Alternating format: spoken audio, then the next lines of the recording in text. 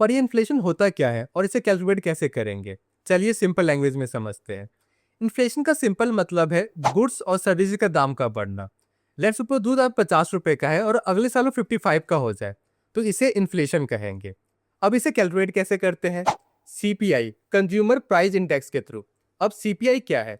CPI को आप एक तरह से बास्केट समझिए जिसमें आपकी रोजमर्रा की चीजें जैसे फूड, क्लोथ, शेल्टर, आपका ट्रांसपोर्टेशन, मेडिकल सर्विसेज, ये सब उसमें पड़ी हुई है और उस बास्केट की टोटल वैल्यू आज 100 रुपए है और अगले साल उसकी वैल्यू 110 रुपए होगी।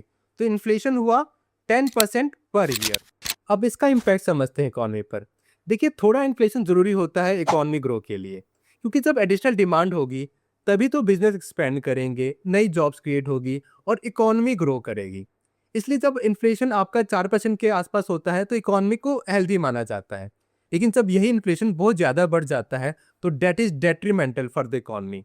ऐसे केसेस में आरबीआई रेपो रेट बढ़ा देती है, जिससे लोन लेना महंगा हो जाता है और एक्सपेंडिचर एंड डिमांड में कमी आती है, जिससे आगे जाके फिर इन्फ्लेशन कम हो जाता है।